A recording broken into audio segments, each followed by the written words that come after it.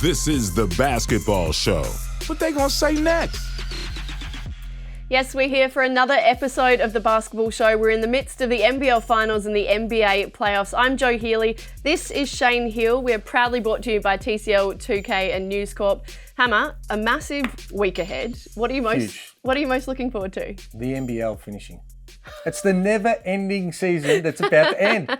No, it's great. I can't wait for the final series, but NBA finals as well. Oh, this is just super basketball heaven. Super exciting. As predicted, Melbourne United are into the grand final against the Perth Wildcats. I did say they wouldn't lose a final game, though. I know I'm just waiting for you to bring that up. Yeah. But it makes no difference whatsoever for them. Are they going to sweep Perth? They sweep. They sweep Perth. They have to. I don't think Perth can score enough points. Just not even close. They can't get grand final. They can't get physical like Phoenix did in that game too. They'll get physical, but it won't help because if you can only score 70 points, it's not going to work. It's just not going to get it done. I mean, it's without Bryce Cotton. If you threw Bryce Cotton in, anything could happen. Game changer. There's no doubt about that. But this will be the most one-sided grand final that we have seen in a long, long time. All right.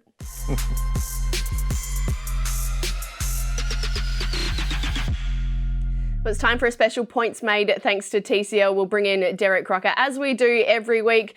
D-Ruck, it's all about the NBL awards. We'll start with the MVP. There really is no discussion about it, is there?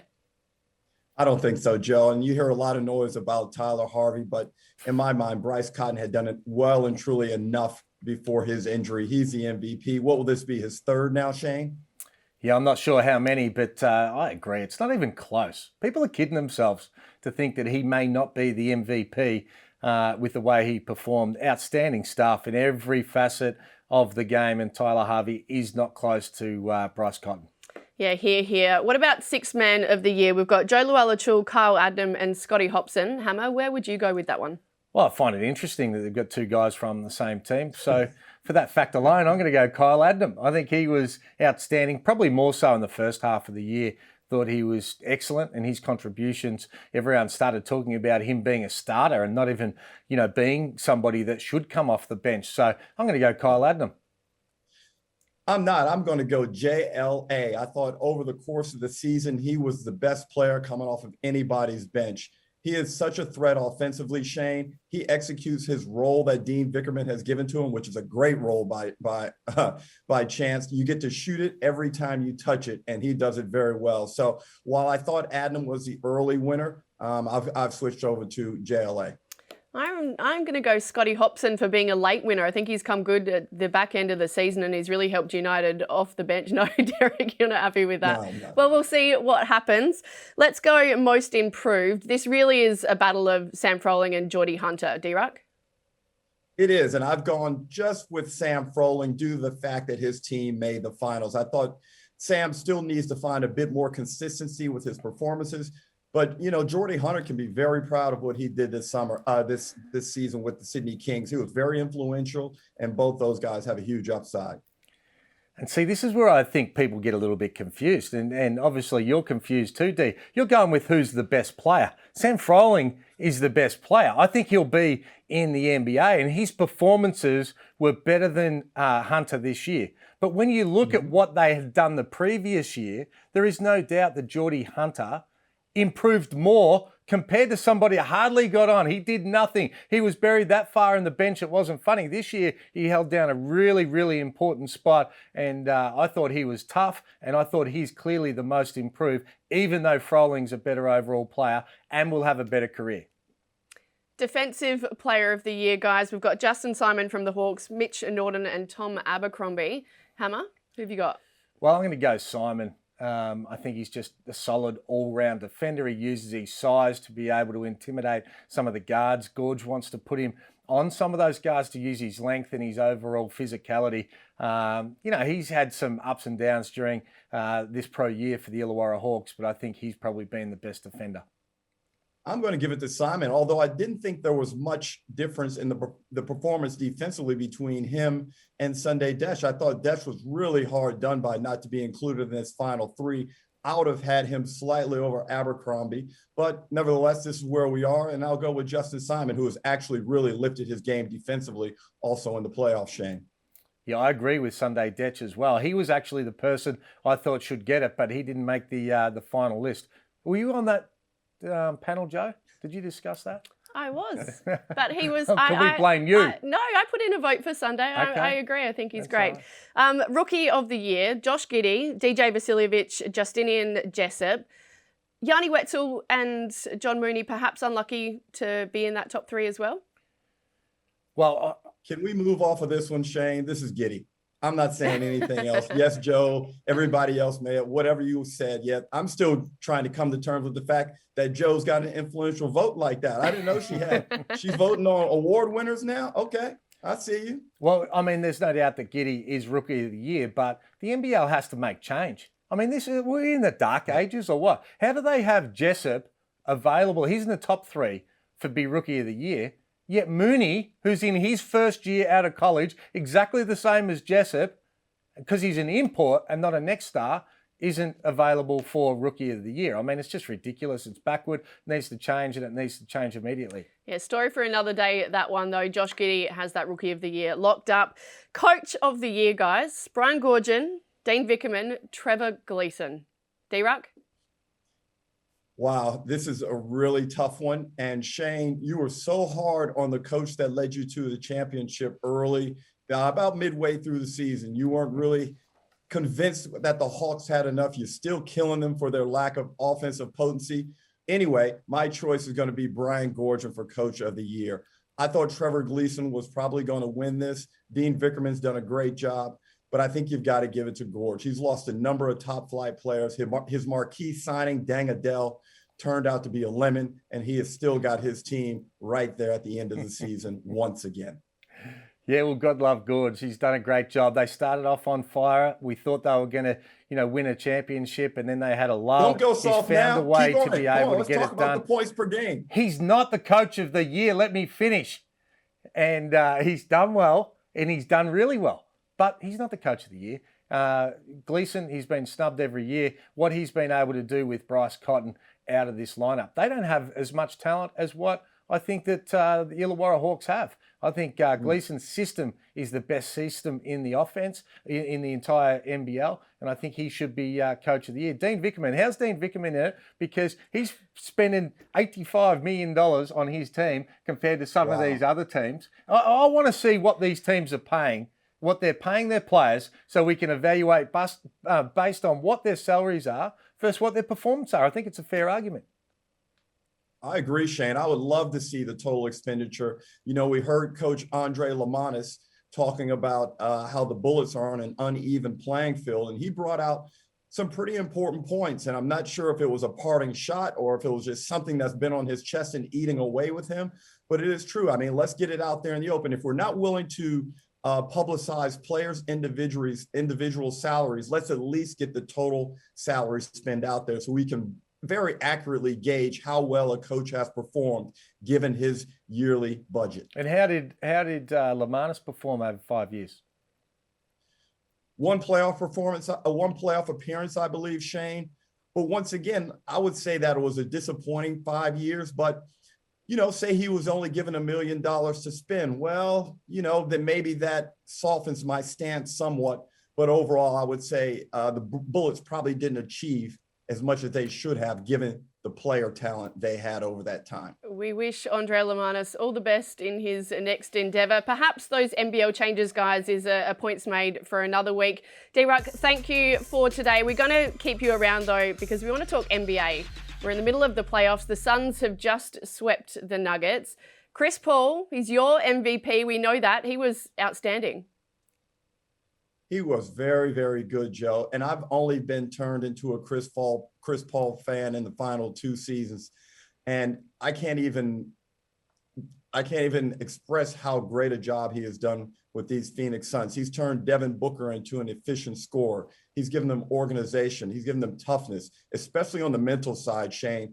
And that's where young teams really struggle, is learning how to win, learning how to deal with adversity on the road. They swept the Nuggets 4-0, and the Nuggets never looked like they had a chance. Well, the Suns are pretty much on holiday now while we wait for the Jazz and Clippers series to finish up. Hammer, is that going to be, a Could it hurt them, given that it could halt their momentum?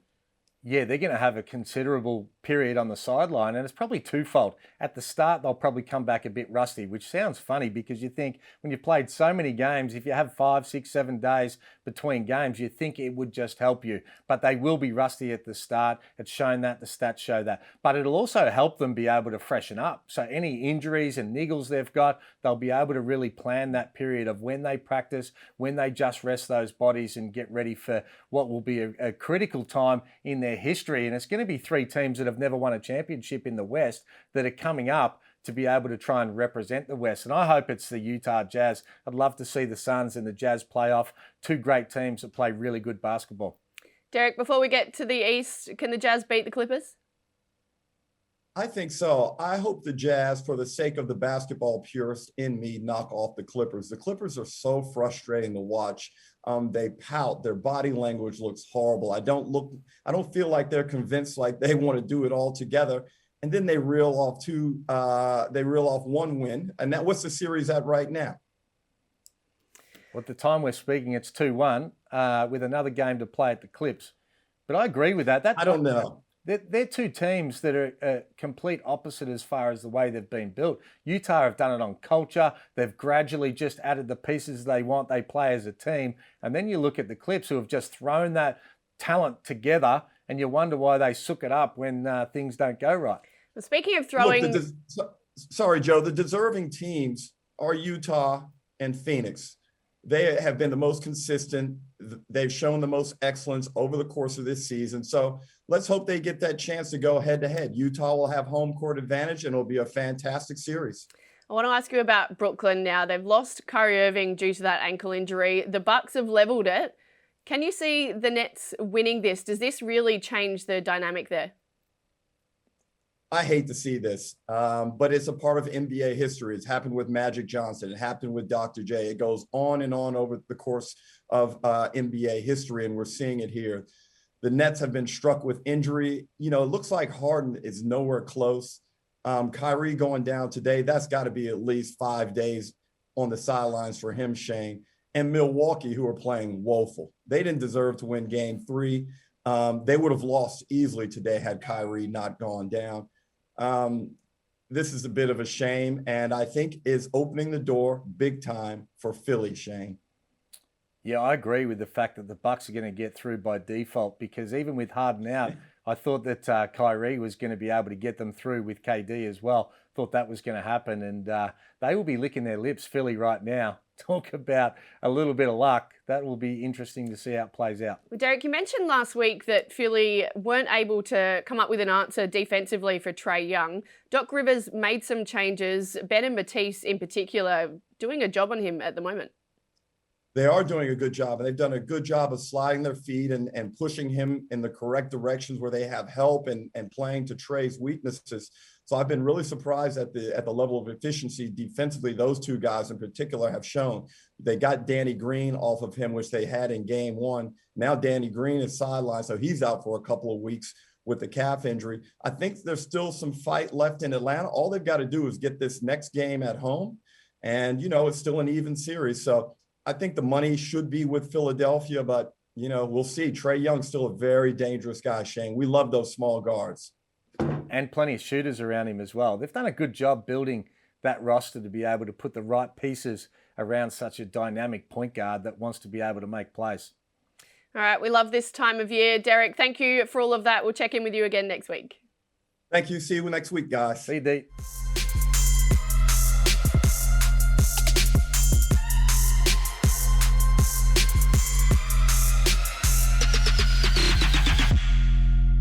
Well, now, thanks to 2K, we are going in-depth on the Boomers, and who better to do that with than 2-time Olympian Chris Anstey. Chris, hello and welcome to the Basketball Show. Great to have you on. Thanks, Joe. Hey, Hammer. How you guys doing? Yeah, good to have you on, mate. Let's get straight into it. We've got a 25-man squad. How is it looking from your point of view at the moment? It's up in the air. There's still uncertainty around the end of the NBA season. There's still uncertainty about who's going to make themselves available. And the biggest one for me is there's uncertainty around how players who haven't played a lot of basketball in the last 12 months are going to be able to perform. So I don't think it's as certain as a lot of people think, and there's a lot of work that needs to be done between now and Tokyo. I agree with that, mate. Just on someone who we have seen play, Ryan Brockhoff, he's done a lot in the past. How have you seen his performances, and do you think he's going to make it? I've seen them as poor. I think his performance in the NBL has hurt his NBA aspirations, but there are certain players and there are certain skill sets that are better suited to a higher level of play. And I think that's Ryan, is that the better distributors you put around him or the better playmakers you put around him, he absolutely can stretch the floor for a Ben Simmons or a Patty Mills. So I still think there's value. I certainly don't have him as a lock, but I think he'll come very, very close. If he misses out, he'd be unlucky. So you mentioned your locks there. Who have you got so far? Well, again, dependent on injury, Patty Mills is a lock. And I'll go through the backcourt first. Patty Mills is a lock. Matthew Dellavedova is a lock. Josh Giddey's a lock. And I think if Dante Exum can prove his fitness, although he hasn't played much, he's a lock. In that wing spot, Joe Ingles, Matisse Thybulle, and Young Green are locks. And as bigs, Aaron Baines, Jock Landale, and I've got Thon Maker as a lock. I just think we're so thin in our big stock this Olympic Games, which is traditionally where we've had our deepest, I think, levels of talent. I've got those 9. And then within the rest of the group, there are some very, very good players who are going to miss.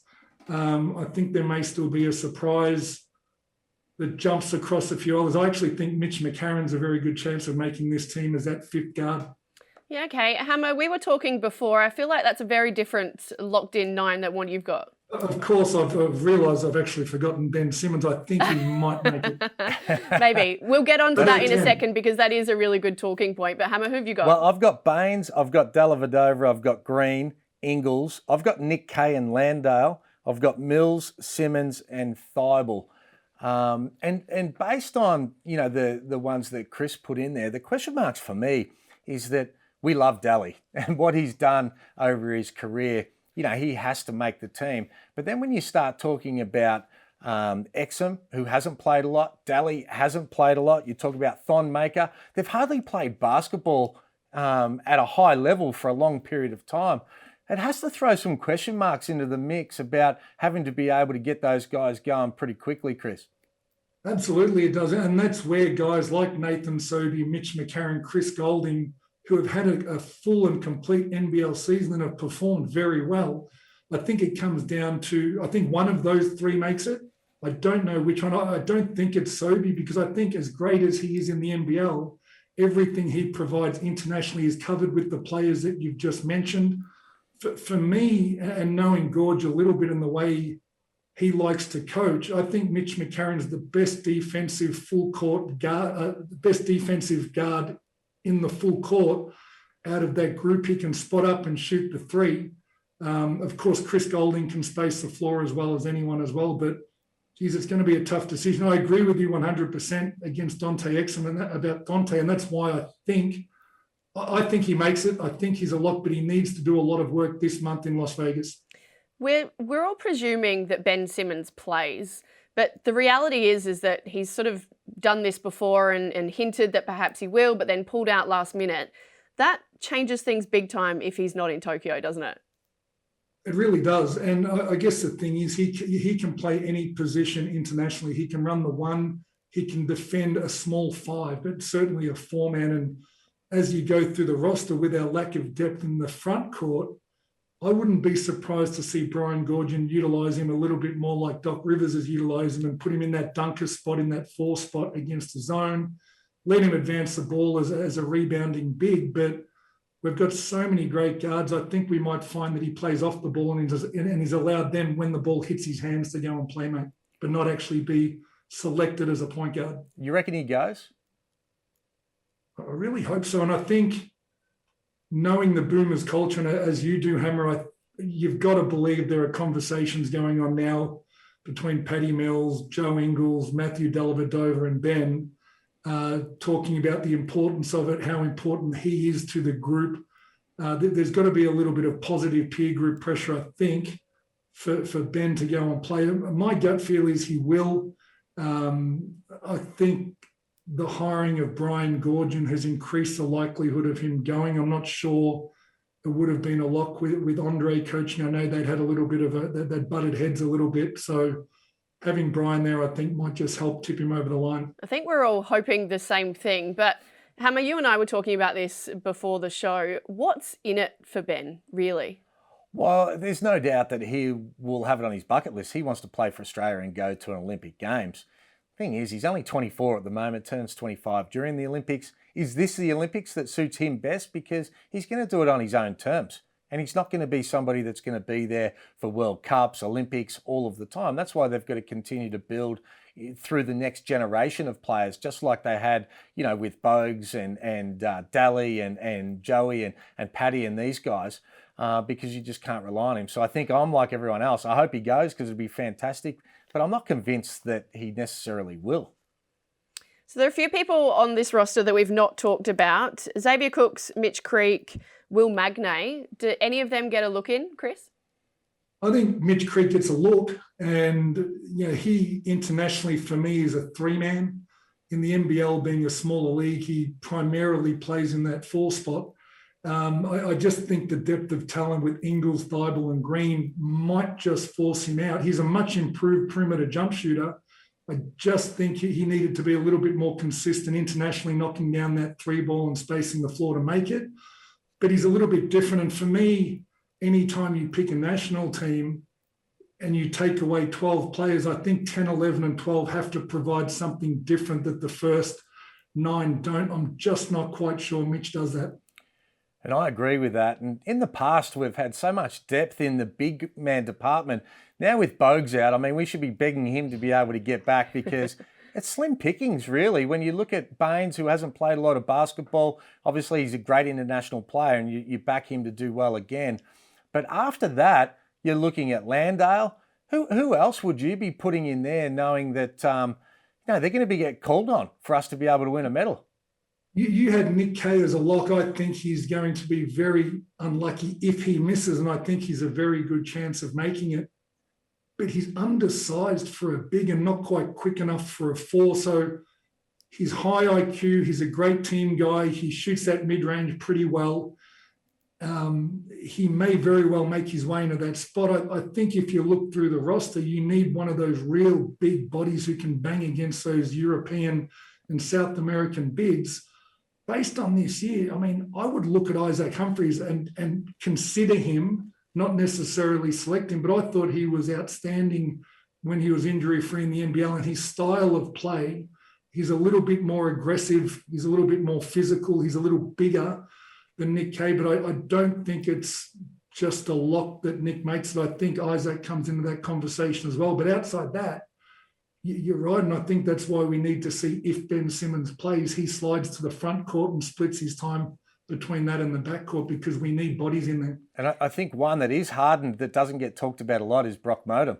But he's a little bit the same. He's sort of in between a 3-4, undersized 4, but he's playing great basketball in Europe, and that's got to be an advantage for him. Well, that's another thing, the fact that he is actually playing basketball. How difficult will that be for Brian Goorjian to bring these guys into camp and have, I guess, probably the first few days, week or so, a bunch of rusty guys and a bunch of guys that are more or less in form?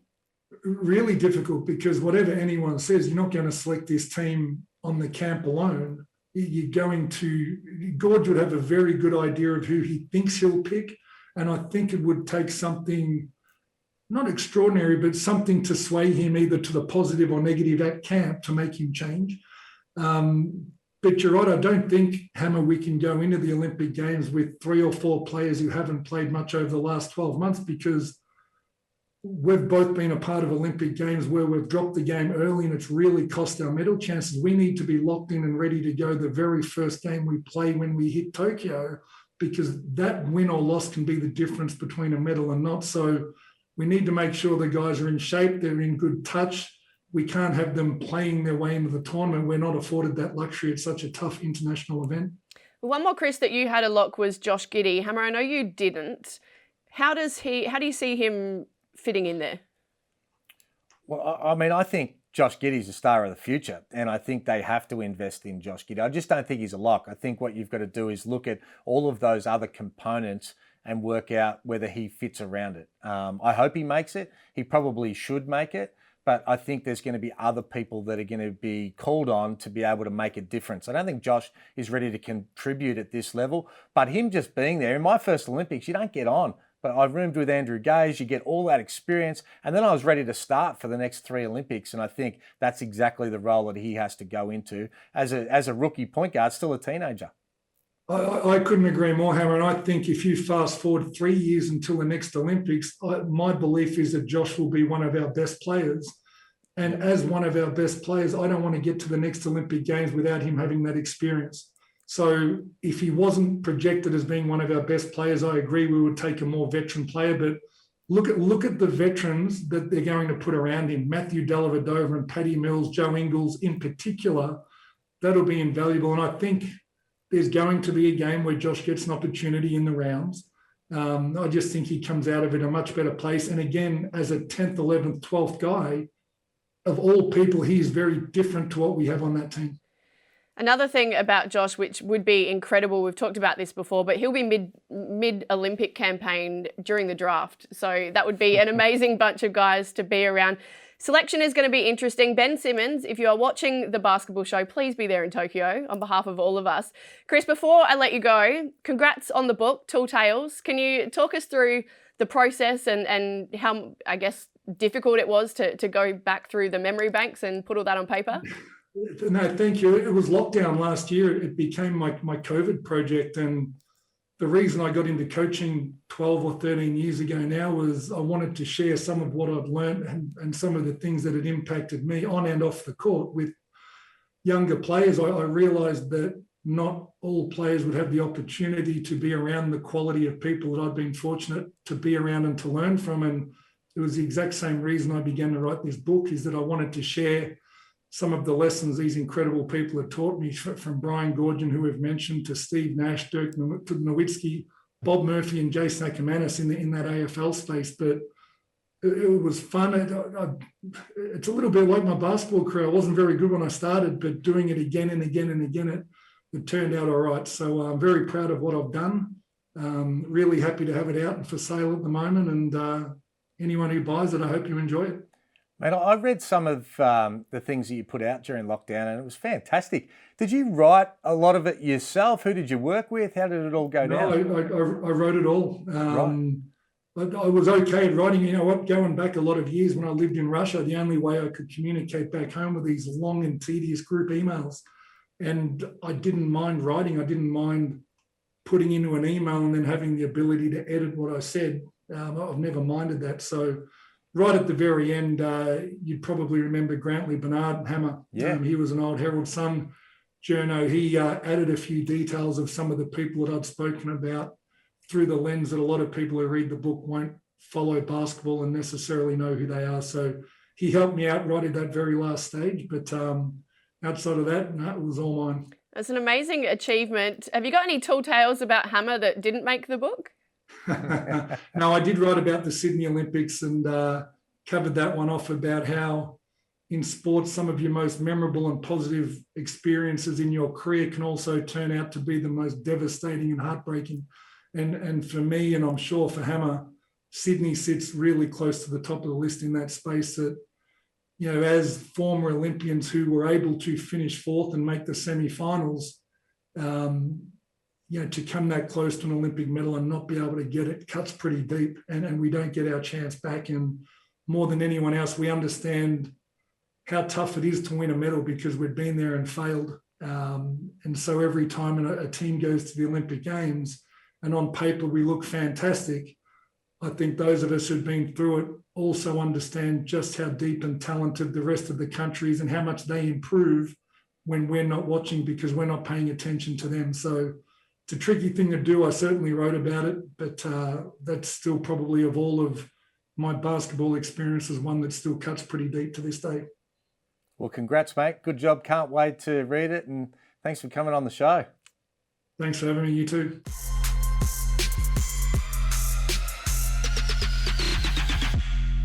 That's all we've got time for another episode of the Basketball Show. A big week ahead. Can't wait Jeez, for we had it. some legends on the show, though. Yes, it's Anstey been good. and Rucker, how good. It's been I great. love it. Basketball. Thank you to TCL 2K and News Corp as always. We'll see you guys next week. This is a co-production by News Corp Australia and Closer Sport.